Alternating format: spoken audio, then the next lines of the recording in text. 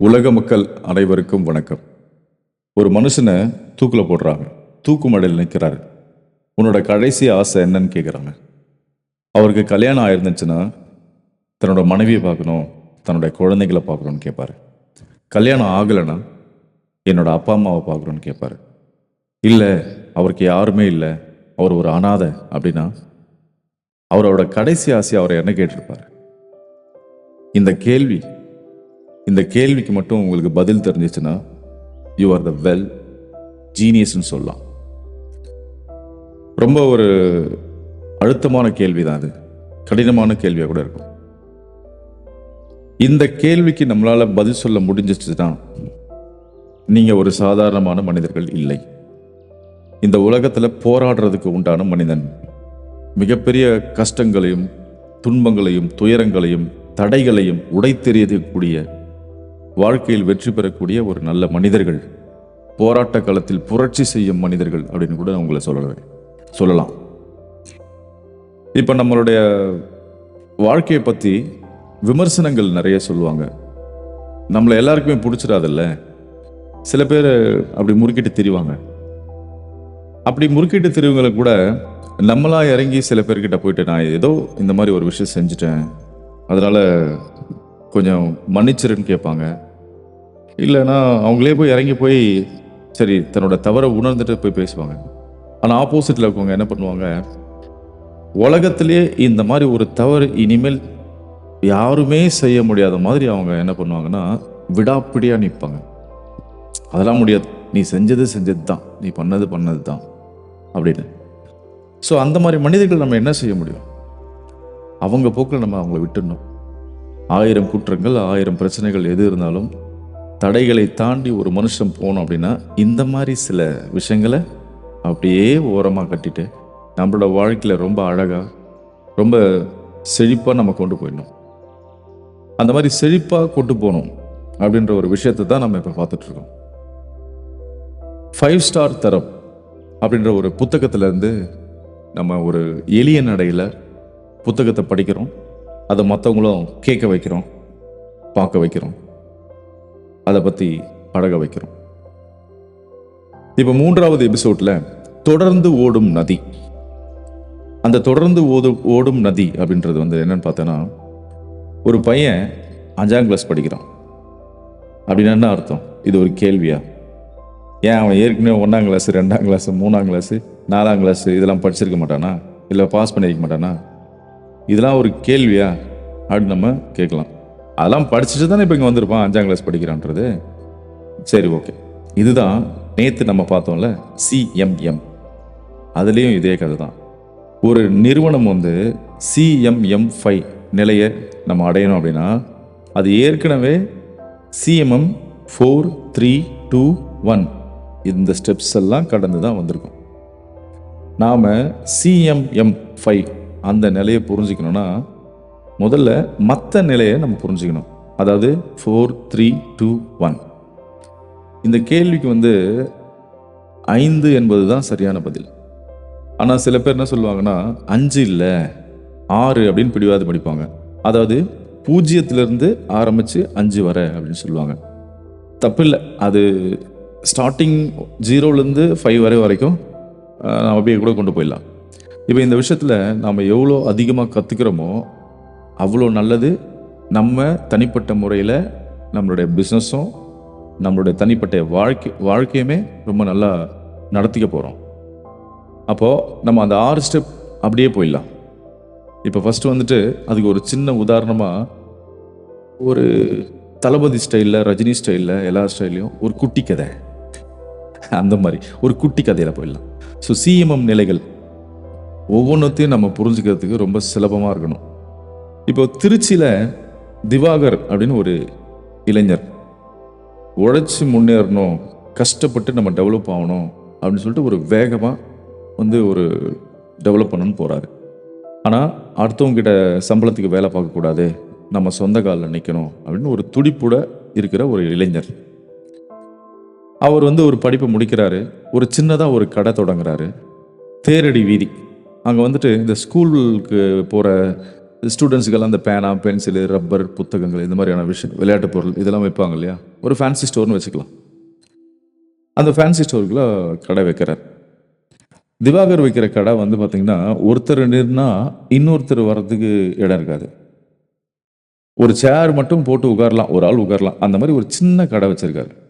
அதில் ஏகப்பட்ட பொருள் அப்படியே ஃபுல்லாக எடுத்துன்னு வந்து நிரப்பி வச்சிட்டார். ஆரம்பத்தில் வந்து இந்த திவாகருக்கு வந்து இந்த தொழிலில் எந்த அனுபவமும் கிடையாது, எக்ஸ்பீரியன்ஸே இல்லை. ஆனால் கடை முழுசாக வந்து பொருளை நிறைய அடுக்கி வச்சிட்டாரு. ஒரு சேர் போட்டு உள்ளே உட்காந்துட்டார்.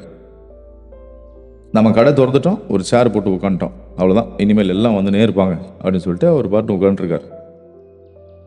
ரொம்ப நாள் போயிட்டே இருக்கு. அவருக்கு என்னடா இது, யாருமே வரமாட்றாங்க, எப்பயாச்சும் எதாச்சும் யாராவது வந்து ஒரு சின்ன சின்ன பசங்களை தவிர வேறு யாரும் கடை பக்கம் வரவே மாட்டுறாங்களே அப்படின்னு சொல்லிட்டு ஃபஸ்ட்டு மாதம் முடியுது. போட்ட பணத்தை எடுக்க முடியல, கடைக்கு வாடகை கூட கொடுக்க முடியல. திணறாரு ஆள், என்னடா இது அப்படின்னு. ஸோ 2வது மாதம் அவர் வந்து ஒரு முடிவு எடுக்கிறாரு.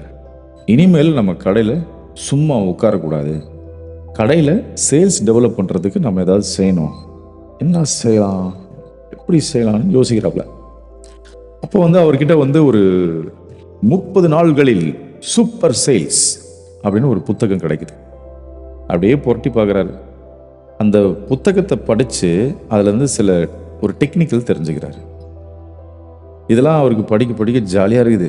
ஆஹா, நம்ம கடையில் வந்து இது மாதிரிலாம் நம்ம ட்ரை பண்ணோன்னா ஒரு நல்ல வந்து டெவலப்மெண்ட் ஆகும் போல். ஸோ இதை நம்ம ட்ரை பண்ணலாம். ஏன்னா 30 நாள்களில் சூப்பர் சேல்னு சொல்லியிருக்காங்களே அப்படின்னு சொல்லிட்டு என்ன பண்ணுறாரு, அதை ட்ரை பண்ணுறாரு. ட்ரை பண்ணிவிட்டு நல்ல ஒரு ரிசல்ட் கிடைக்குது, சேல்ஸும் அதிகமாகுது. உடனே அவருக்கு வேற ஒரு விஷயத்துக்கு வந்து அவர் போகிறாரு. ஆனால் அதில் வந்து பெருசாக ரிசல்ட் கிடைக்கல. வேற ஒன்று ட்ரை பண்ணுறாரு, அதுலேயும் கிடைக்கல. ஆனால் நம்பிக்கை இழக்காமல் அவர் பாட்டுன்னு ஒரு விஷயத்தை ட்ரை பண்ணிகிட்டே இருக்கார்.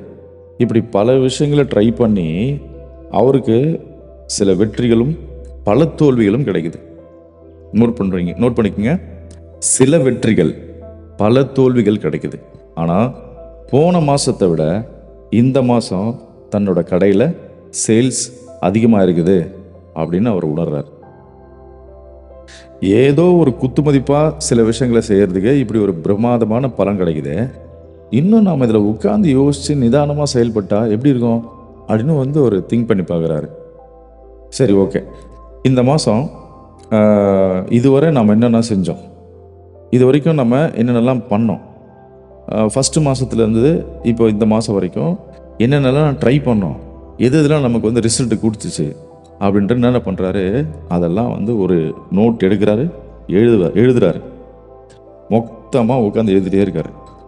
அவர் தன்னைத்தானே வந்து ஒரு கேள்வி கேட்டு எப்படி ஒரு விஷயத்தில் ஜெயித்தோம், எப்படி ஒரு விஷயத்தில் தோற்றோம், ஏன் தோத்துச்சு, இப்படி திங்க் பண்ணி தாங்கிட்ட இருக்கிற ஒரு மீடியமான ஒரு ஐடியாவை வச்சு இன்னும் எப்படி டெவலப் பண்ணலாம் அப்படின்னு வந்து திரும்ப அதை ட்ரை பண்ணி டெவலப் பண்ணுறாரு. இதனால் என்ன ஆச்சுன்னா, முன்னாடி இருந்த 2 மாதம் இல்லாத அளவுக்கு அடுத்த சில மாதத்தில் சேல்ஸ் அதிகமாகுது. முதன்முறையாக நிறைய லாபம் வர தொடங்குது. ஸோ திவாகர் வந்து ரொம்ப சந்தோஷப்படுறாரு. நம்ம பயங்கரமாக வருதே, நம்ம என்னென்னலாம் நம்ம ட்ரை பண்ணமோ அந்த 30 நாட்களில் சூப்பர் சேல்ஸ் அப்படின்னு ஒரு புத்தகத்தை படித்து பயங்கரமாக ரிசல்ட் கொடுது. சரி, அடுத்தது நம்ம என்ன பண்ணலாம் அப்படின்னு சொல்லிட்டு அவர் யோசிச்சிட்டே இருக்காரு. அப்போ வந்து அந்த தெருவில் இருக்கிற ஒரு கடையில் வந்து வாடகைக்கு கடை விடப்படும் அப்படின்னு சொல்லிட்டு ஒரு போர்டு பார்க்குறாரு. பேசாமல் நம்ம இந்த கடையை வாடகை எடுத்துக்கலாமா அப்படின்னு வந்து திவாகர் யோசிக்கிறாரு. ஆனால் திவாகரால் வந்து ஒரே நேரத்தில் ஒரு கடையில் தானே உட்கார முடியும். அப்போ இன்னொரு கடையை யார் பார்த்துக்கிறது அப்படின்னு சொல்லிட்டு திவாகர் வந்து பக்கத்து வீட்டு பையன் ரமேஷ் அப்படின்னு சொல்லிட்டு படித்து முடிச்சுட்டு வேலை தேடிட்டு இருக்கான். அப்போது ரமேஷ் என்ன சொல்கிறான், அண்ணா நான் வேணா எனக்கு ஒரு நல்ல வேலை கிடைக்கிற வரைக்கும் உங்கள் கடையை நான் பார்த்துக்கிட்டோமா அப்படின்னு அவன் கேட்குறான். அப்போ என்னாச்சு, ஆஹா நம்ம சூப்பர்ரா, நம்ம ஒரு ஆள் கிடச்சா, நமக்கு தெரிஞ்ச பையனாகவும் ஒன்று கிடச்சான், அப்படி ஒரு பிரச்சனை முடிஞ்சு போச்சு. சரின்னு சொல்லிட்டு என்ன பண்ணிட்டாரு, 2வது கடையை கவனிக்கிறதுக்கு ஒரு நம்பிக்கையான ஆள் கிடச்சிச்சின்னு சொல்லிட்டு தூக்கி போய் அவனை உட்கார வச்சிட்டாரு. இப்போது ஃபஸ்ட்டு கடையில் திவாகர் ட்ரை பண்ண டெவலப்மெண்ட்டு, ஐடியாஸு, அந்த மார்க்கெட்டிங் ஆக்டிவிட்டீஸ், அந்த சேல்ஸ் இன்க்ரீஸ் பண்ணது, இது எல்லாத்தையுமே அவனோட மனசில் இருக்குது. ஆனால் அது எல்லாத்தையுமே வந்து ரமேஷுக்கு சொல்லித்தரணும். அது கூட பிரச்சனை இல்லை. நாளைக்கே ரமேஷ்க்கு வந்து ஒரு நல்ல வேலை கிடச்சிருச்சு, அவன் எங்கேயாவது கிளம்பி போயிட்டான். அப்போ புதுசாக இன்னும் 2 பேர் ஒருத்தங்க புதுசாக வருவாங்கல்ல. இப்போ அவங்களுக்குமே இதை எல்லாத்தையுமே திவாகர் வந்து புதுசாக சொல்லி தரணும், அதை டெவலப் பண்ணி தரணும், அதை ஐடியா கொடுக்கணும். ஸோ இவ்வளோ உட்காந்து யோசனை பண்ணி பார்த்த ஒரு திவாகர் ஒரு முடிவு வராரு. ரமேஷை தொடங்கி இனிமேல் வரப்போகிற சுரேஷ், மகேஷ், தினேஷ், அவன் இவன், எந்த பொண்ணு இந்த பொண்ணு யார் வந்தாலும் என்னுடைய மார்க்கெட்டிங் ஆக்டிவிட்டீஸ் இதுதான், என்னோட கடைக்கு உண்டான சேல்ஸ் இன்க்ரீஸ் பண்ணுறது இதுதான் வழி, நீ இதை பயன்படுத்தி இதை கொண்டு போ அப்படின்னு சொல்லிட்டு அவர் மற்றவங்க எல்லாருக்கும் ஒரு ப்ரொசீஜர் கொடுக்கணும் அப்படின்னு நினச்சாருன்னா, அப்போ அதை வந்து ஒழுங்காக ஒரு ஃபார்முலா ஒன்று க்ரியேட் பண்ணி அதை எழுதி வைக்கணும். எழுதி வச்சு அதை கடையில் நம்ம ஃபிக்ஸ் பண்ணி வைக்கணும். இந்த நம்மளோட கடையில் சேல்ஸ் டெவலப்மெண்ட் பண்ணோன்னா அதுக்கு என்ன வழி, ஒவ்வொரு வழியும் எப்படி செயல்படுத்துறது, அதில் வரக்கூடிய பிரச்சனைகள் என்ன, அதை எப்படி சமாளிக்கலாம் அப்படின்னு திவாகர் என்ன பண்ணார், முறைப்படி வந்து எல்லாத்தையும் ஒரு பதிவு செஞ்சு வச்சார். அதுக்கப்புறமா இந்த பதிவு வந்து யார் எடுத்து கையில் படித்து இப்படி தான் பண்ணணுமா இப்படி தான் பண்ணணுமா அப்படின்னு அந்த ஃபார்முலாவை அதனோட அடிப்படையில் ஒரு கடையை கண்டிப்பாக அவங்களால நடத்திட முடியும். ஸோ திவாகரும் இதான் விரும்பினார், முறைப்படி தன்னுடைய உத்திகளை பதிவு செய்து வைத்திருக்காரு. எல்லாத்தையும் ரமேஷ்க்கு கொடுத்தாரு. அடுத்த மாதம் முதல்ல இருந்து 2 பேருக்கும் ரொம்ப அழகாக பணியாற்ற தொடங்கினாங்க.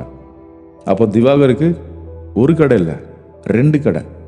ஸோ ரெட்டை லாபம், ஸோ ரெட்டை சந்தோஷம் கிடைக்குது. இப்படியே சில மாதங்கள் போகுது.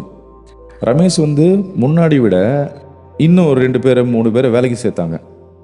திவாகர் எல்லாம் என்ன பண்ணுறாரு, மொத்தமாக மேனேஜ் பண்ணுறாரு. அப்போது அவங்களோட ஒட்டுமொத்த டீம் தன்னுடைய 2 கடையும் கொஞ்சம் கொஞ்சமாக டெவலப் பண்ணுறாங்க. அவர் முன்னாடி எழுதி வச்சிருந்த ஒரு யுத்திகள், ஐடியாஸ், இந்த மாதிரி டெக்னாலஜி விஷயங்கள் எல்லாத்தையுமே இப்போ எல்லாருமே அந்த டீமில் இருக்கவங்க எல்லாருமே பயன்படுத்த தொடங்கிட்டாங்க.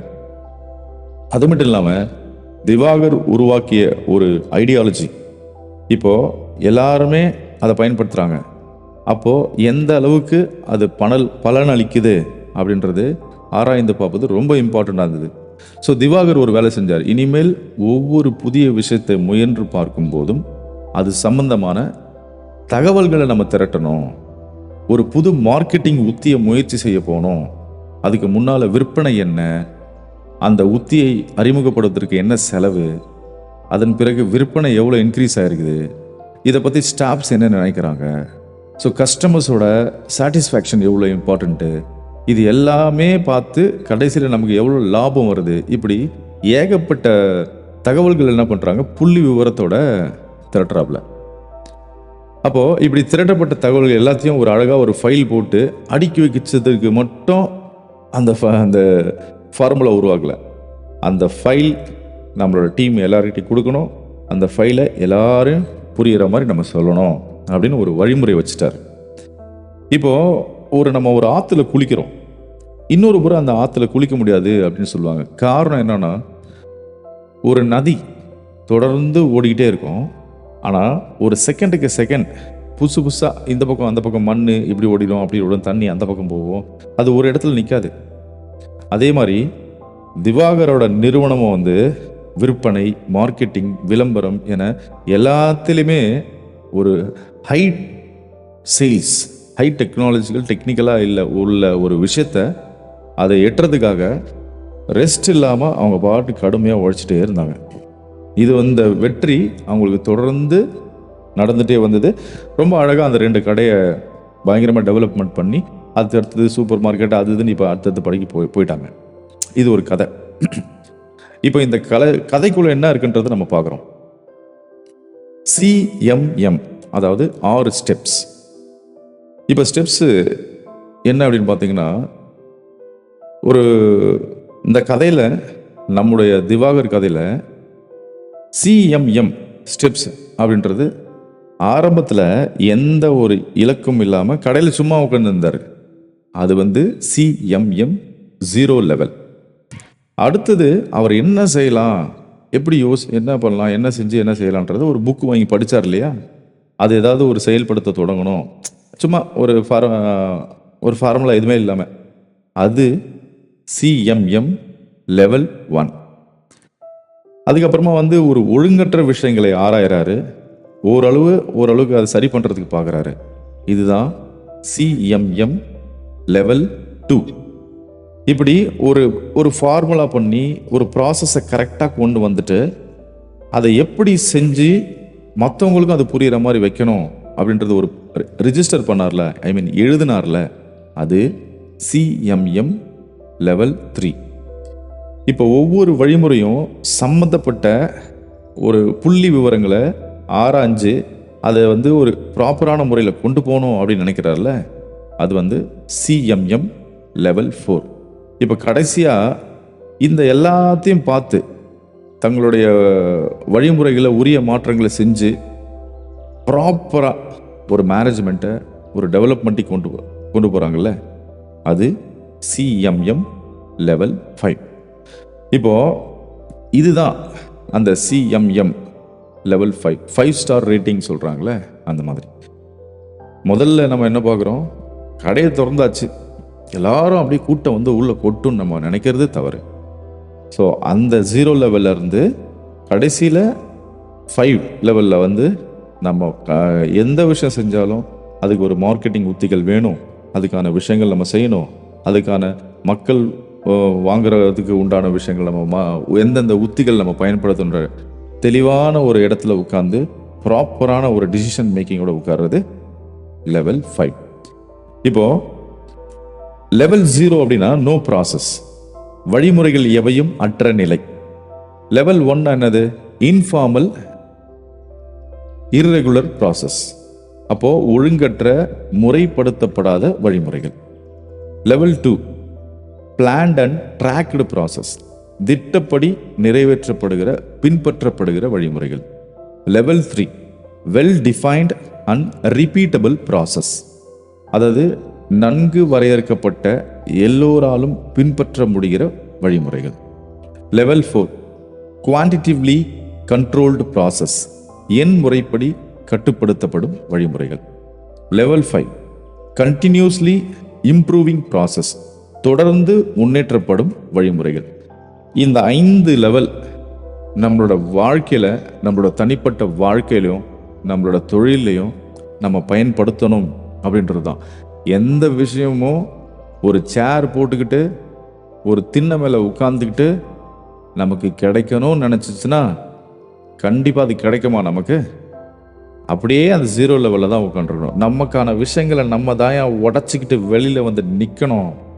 அதுக்காக நம்ம ஒரு ஹோம் ஒர்க் பண்ணணும். நமக்கு என்ன தெரியுமோ, நமக்கு என்ன வருமோ அந்த விஷயத்த வெளிப்படையாக இந்த உலகத்துக்கு காட்டணும். இந்த உலகத்துக்கு நம்ம யாருன்னு புரிய வைக்கணும்னா 0 லெவலில் இருக்கிற நாம ஸ்டெப் பை ஸ்டெப்பாக 1 2 3 4 5 லெவல் வரைக்கும் வரணும்னா அதுக்கு நம்ம உழைச்சி தான் ஆகணும். உழைக்கிறோம்.